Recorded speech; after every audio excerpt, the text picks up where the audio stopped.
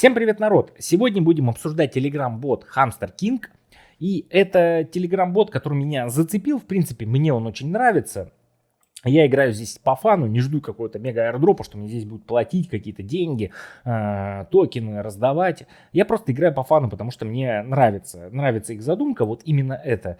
Получается, Hamster DMGF Hero, вот это вот, мне вообще не нравится, потому что она очень туповато сделана, никакого геймплея там нету, никакой задумки там какой-то нету. Здесь мы какие-то здания захватываем, развиваемся, да, собираем какие-то предметы. Есть какой-то геймплей, какая-то задумка, какой-то хитрости.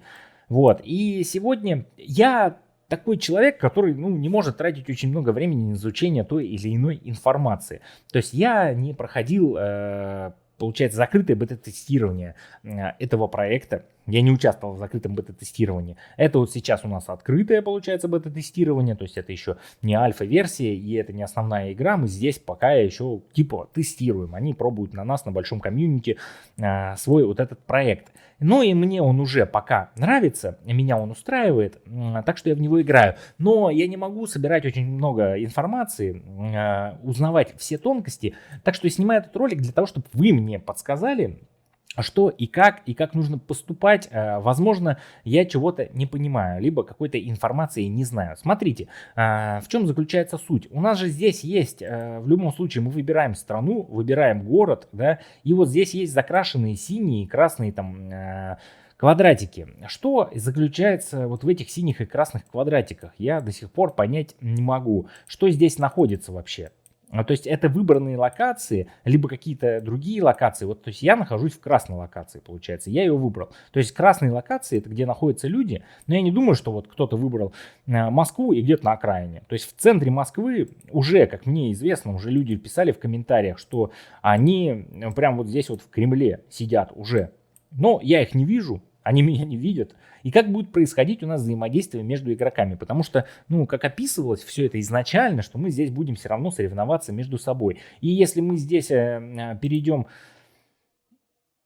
вот в эту вот подсказочку, здесь выбор базы определяет начальную точку для исследования и захвата территории. Популярные районы могут иметь больше точек интереса, и конкуренция в соревновательных активностях там будет значительно выше. То есть у нас здесь все равно конкуренция какая-то будет. Как она будет происходить? То есть это будут битвы у нас между собой, да, либо мы просто в соревнованиях за вот эти вот очки будем соревноваться. И то есть как мы, получается, возможно, в этих зданиях нас уже сидит здесь несколько тысяч, да. Почему это все вот так вот и как это будет происходить далее, я пока не понимаю. Если вы все-таки знаете какую-то инсайдерскую информацию, если вы все-таки где-то это все это вычитали, я просто не знаю этого, объясните мне, пожалуйста, в комментариях, как это все будет происходить, как это все будет выглядеть и для чего вообще вот здесь вот стараемся захватить все больше и больше территории. Понятное дело, что у нас есть здесь очки не лояльности, а получается влияние очки. Пытаемся все больше и больше зданий захватить. У меня тут уже 17 захваченных зданий. И в чем будет суть-то? Суть какова? Рейтинг будет по количеству этих очков, либо все-таки по захваченному количеству зданий, либо как вообще? И цель вообще игры больше всего захватить территории или что? Или как? Вот, пожалуйста, мне донесите в комментариях. А так, по итогу, что я? Я изначально выбрал для себя 2 здания, пытал их максимально качать, а это вот эти вот 2 здания у меня. Но понял, что нет смысла, прибыль в час у меня в крышечках, да, вот этих хомиколы, очень мало. То есть, чтобы мне было больше прибыли в час от крышечка, крышечек больше в час мне приносило, нужно гораздо большее количество зданий. И сейчас я начинаю расширяться, захватывать здания максимально, до какого уровня мне позволяют мои хомяки дойти, до, это в основном тир 3, здания, есть тир 2, потому что вот в хомячей команде у меня есть хомяки, допустим, вот такие вот, да, это золотые лапы, где есть уже эсочка у меня, хомячок эсочка, и есть хомяки изумрудный синдикат, у меня здесь 2 эсочки, да, есть еще лапа анархии, у меня тоже здесь 1 эсочка. Вот при помощи 3 этих банд мне удается хотя бы до тир 3 дойти. Остальные у меня, допустим, брутальное братство, они очень слабенькие, то есть в их зданиях мне не получается только до тир 2 дойти, до тир 3 не получается. И у нас сейчас появилась криптобанда. Я где-то, может быть, пропустил новость. Может быть, чего-то не знаю. Расскажите мне, пожалуйста, для чего нам нужны все-таки криптобанды? Где они применяются? Здесь, по крайней мере, я еще не сталкивался ни с чем, где бы применялись у нас криптобанды. Криптобанды у нас выпадают только вот в этом вот ивенте, где мы за джойстики можем криптоганг сделать, киберганг, да, и у нас могут выпасть криптобанды. И здесь вот... за вот эти алмазы. Ну, алмазы у нас вот есть, давайте щелкнем, посмотрим. Ну, мне только крышечки дали, видите, получается. Выбивать их здесь, вот у меня только один есть.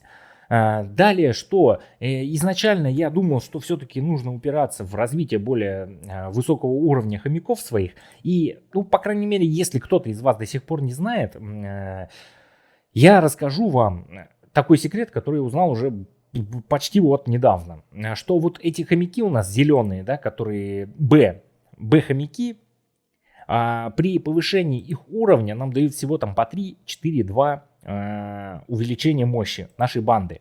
То есть их в уровне качать нет никакого смысла. Есть смысл качать только вот от А. И здесь хотя бы за повышение уровня дают по 12-13 там вот этих очков в силы банде. Ну, а смысл качать вот этих эсочек есть абсолютно, потому что при повышении их уровня, ну, не знаю, сейчас здесь у меня нету, давайте где-нибудь вот этого хомяка, вот он. При повышении их уровня там по 129 дают. Это, в принципе, увеличение достаточно мощи своей банды. То есть, ну, вот этих эсочек хомяков есть смысл качать. Есть смысл качать хомяков, ну, редкости. И вот этих вот Б редкости необычные, их нету никакого смысла качать. Так что можете не вливать сюда крышки, не вливать сюда орехи, да, для их раскачки, а упереться именно вот в эсочки и вашки. Тогда да, ну максимально в эске. А вашки там уже, если есть все-таки много лишних орехов и крышек, тогда да, прокачивать. Тогда вот можно раскачать более-менее банду. Ну а так нужно обязательно как бы, ну, собирать вот эти вот шары, хомячие шары, чтобы выбивать все-таки ашек побольше. Ну и возможно здесь иногда все-таки попадаются у нас эсочки. Бывает такое, вот сейчас посмотрим, ну вот всего 3 ашечки, да, редкости. А эсочки, ну, очень-очень редко, но все-таки бывают, они выпадают, да. То есть из 58 шаров гарантия одной эсочки есть. Редких хомячков получается. А эсочки у нас это прям эпические, элитные хомяки. Но вот элитных хомяков нужно по максимуму собирать. Мне вот в брутальном братстве не хватает, получается, элитных хомяков, поэтому они у меня очень-очень слабые, до тир 3 я не дотягиваю. Вот такой вот сегодня был кратенький обзорчик на Telegram-бот Hamster King. Так что пишите в комментариях, какие тонкости, потому что я немножечко не понимаю пока, не смог разобраться и нет времени мне изучать очень много информации. Если вы очень упираетесь в Hamster King, напишите, пожалуйста, мне какие-то тонкости в комментариях, чтобы помогло бы мне развиться. Так как я стараюсь вам какие-то хитрости рассказывать про какие-то Telegram-боты, так что будьте добры, пожалуйста, поделитесь со мной данной информацией в комментариях. А я на этом с вами прощаюсь. Всем пока, народ.